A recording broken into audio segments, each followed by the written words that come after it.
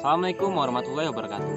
Selamat datang di Praktikum Online Agroastrologi 2020. Perkenalkan, nama saya Gali Gunawan. Saya dari kelas B Universitas Winsus Karyo. Pada kesempatan kali ini, saya telah berada di lahan praktikum Winsus Karyo yang bertempat di Fakultas Pertanian dan Perkebunan. Kali ini, saya akan membahas topik mengenai legum indigofera dan rumput yang berjenis rumput gajah. Daripada memanjang waktu, yuk kita lanjut yang pertama, yaitu adalah indigofera. Nah, sebelum kita memasuki pembahasan mengenai indigofera dan rumput gajah, ada baiknya kita mengenal dari klasifikasi indigofera. Berikut saya akan tampilkan dari klasifikasinya, mulai dari kingdom, subkingdom, family, phylum, dan lain sebagainya. Yuk kita lihat dari klasifikasinya.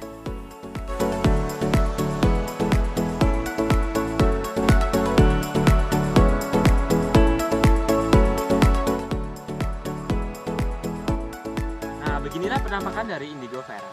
Indigofera memiliki daun yang berbentuk oval telur hingga lentur.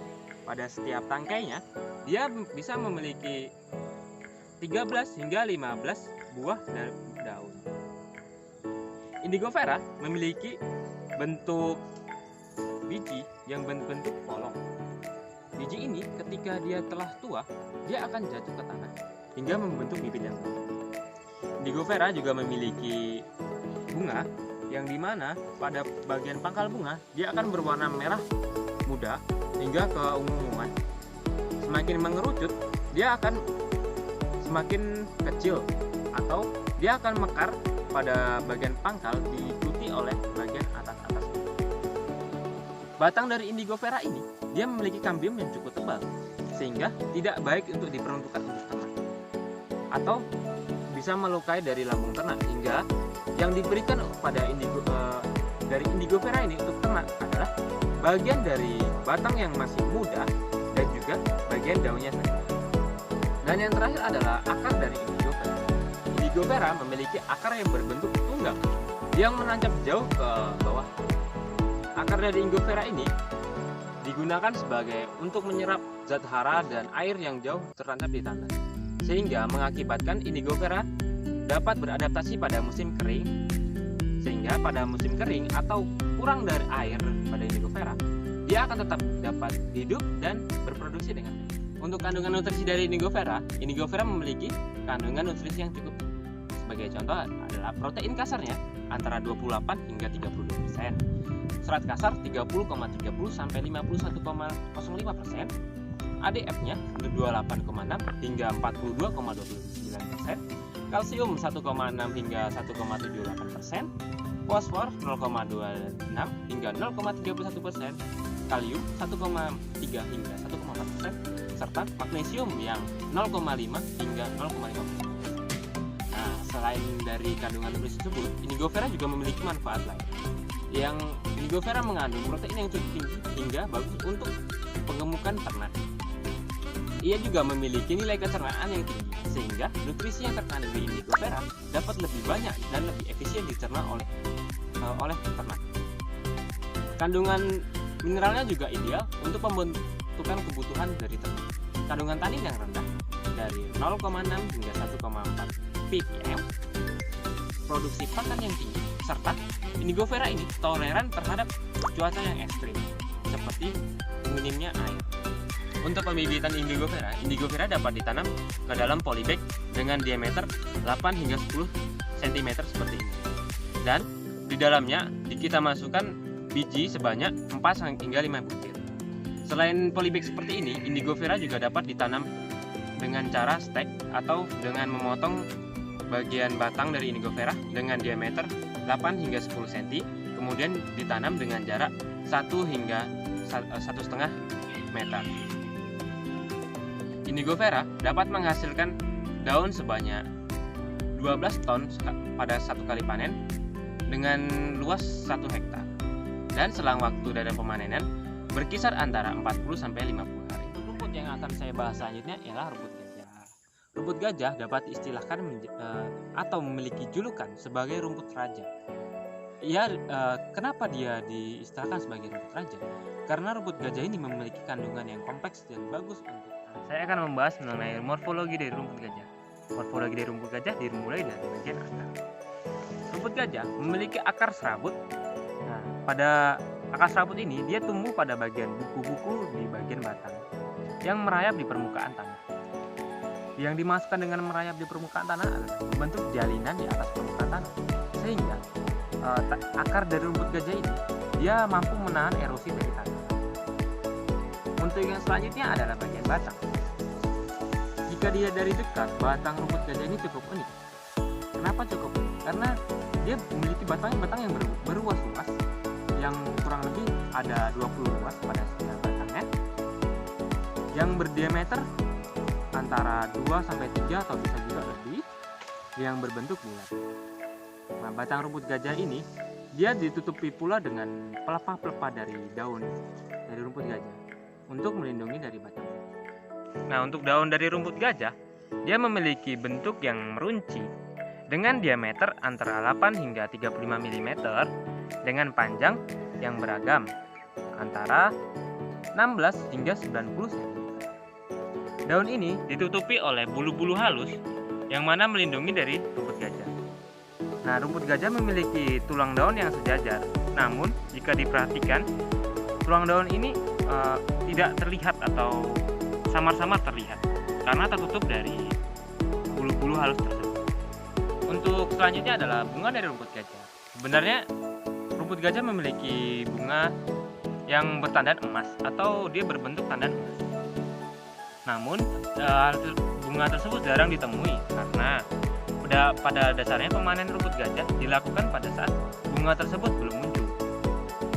Karena ketika bunga tersebut muncul diindikasikan bahwa rumput gajah tersebut telah tua sehingga kadar dari serat kasarnya sangat tinggi hingga menyulitkan ternak untuk mengkonsumsinya.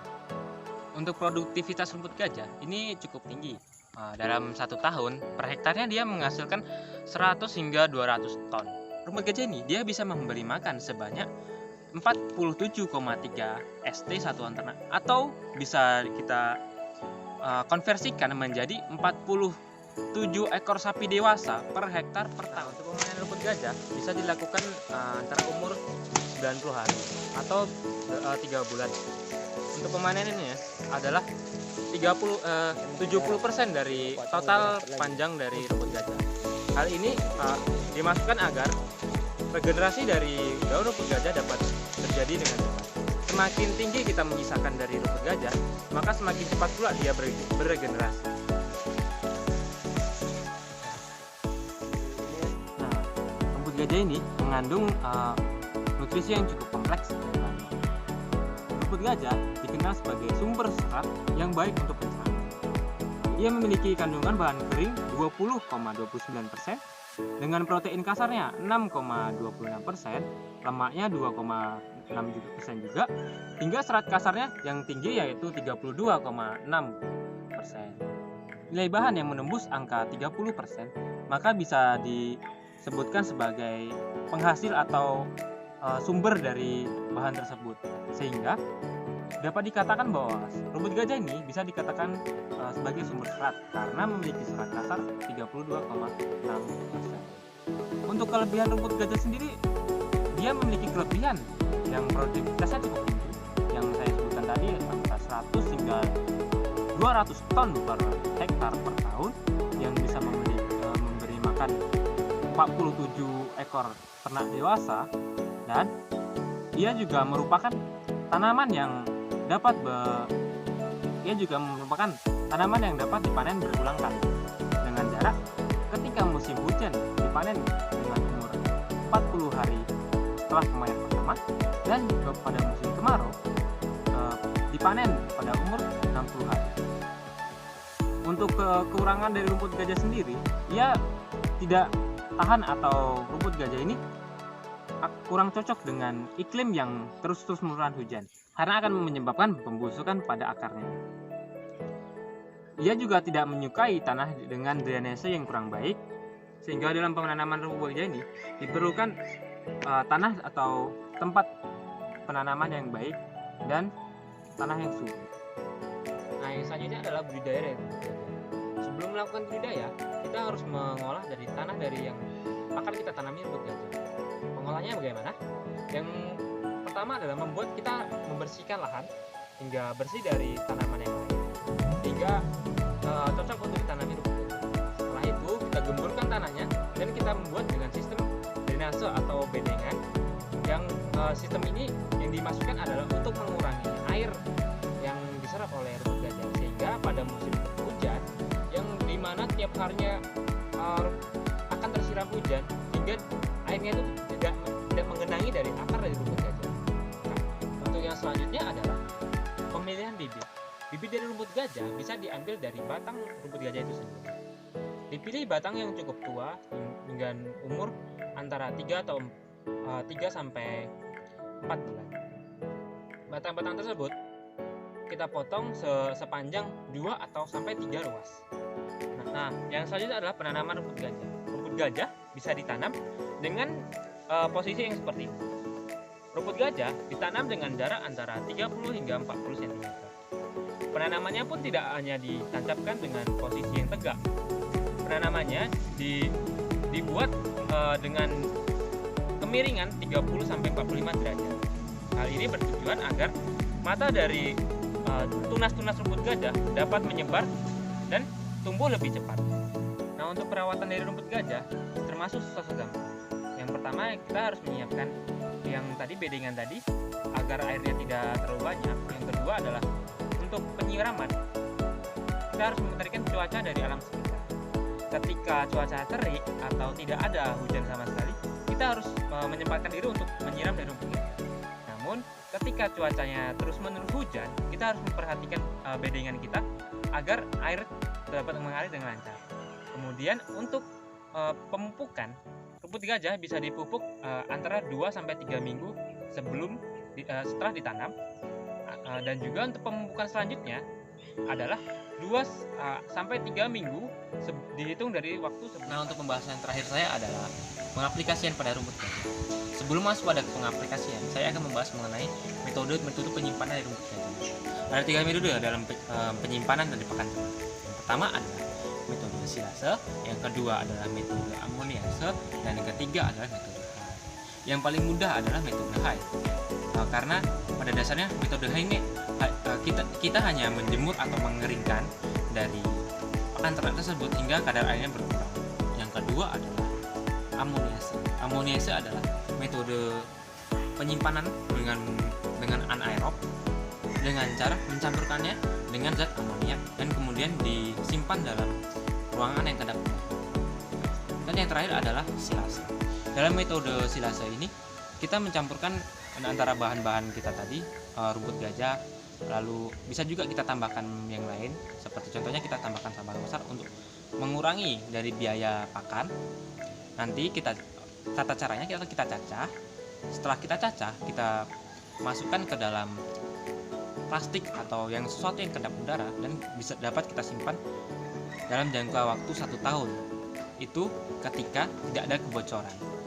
Setelah dari metode penyimpanan tadi, kita masuk ke dalam metode dari pemberian atau pengaplikasian pada ternak. Ada beberapa cara juga. Yang pertama adalah pemberian langsung tumbuhan segar atau tanaman segar dari indigo vera dan juga rumput gajah pada ternak. Nah, yang kedua adalah metode pencacahan, di mana kita harus memotong-motong dulu dari indigo vera dan rumput gajah ini dengan kira-kira panjangnya sekitar 3 sampai 5 cm. Yang selanjutnya adalah metode fermentasi. Ada kemiripan nih metode fermentasi dengan metode silase, di mana sama-sama menggunakan anaerob yang disimpan dalam wadah yang kedap udara. Perbedaannya adalah pada silase kita tidak memerlukan mikroba probiotik untuk membantu proses fermentasi. Sedangkan untuk tata cara pemberian pakan secara fermentasi, kita memerlukan tambahan mikrobakteri untuk mempercepat dari proses fermentasi. Nah, ini saya akan mencontohkan dari pemberian pakan secara langsung. Pemberian pakan secara langsung bisa kita kasihkan dari pakan segar kepada ternak. Dan untuk yang pencacahan, bentuknya akan seperti ini. Kita dicacah menggunakan mesin chopper, jadinya akan pecah seperti ini hingga ternak memudahkan ternak untuk memakannya.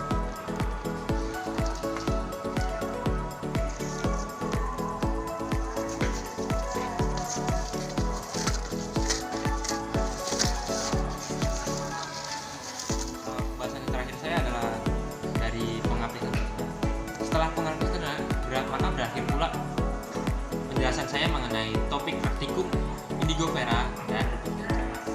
Saya selaku mahasiswa yang membawakan materi mengenai praktikum ini, apabila saya memiliki salah kata, saya mohon maaf. Terima kasih. Wassalamualaikum warahmatullahi wabarakatuh.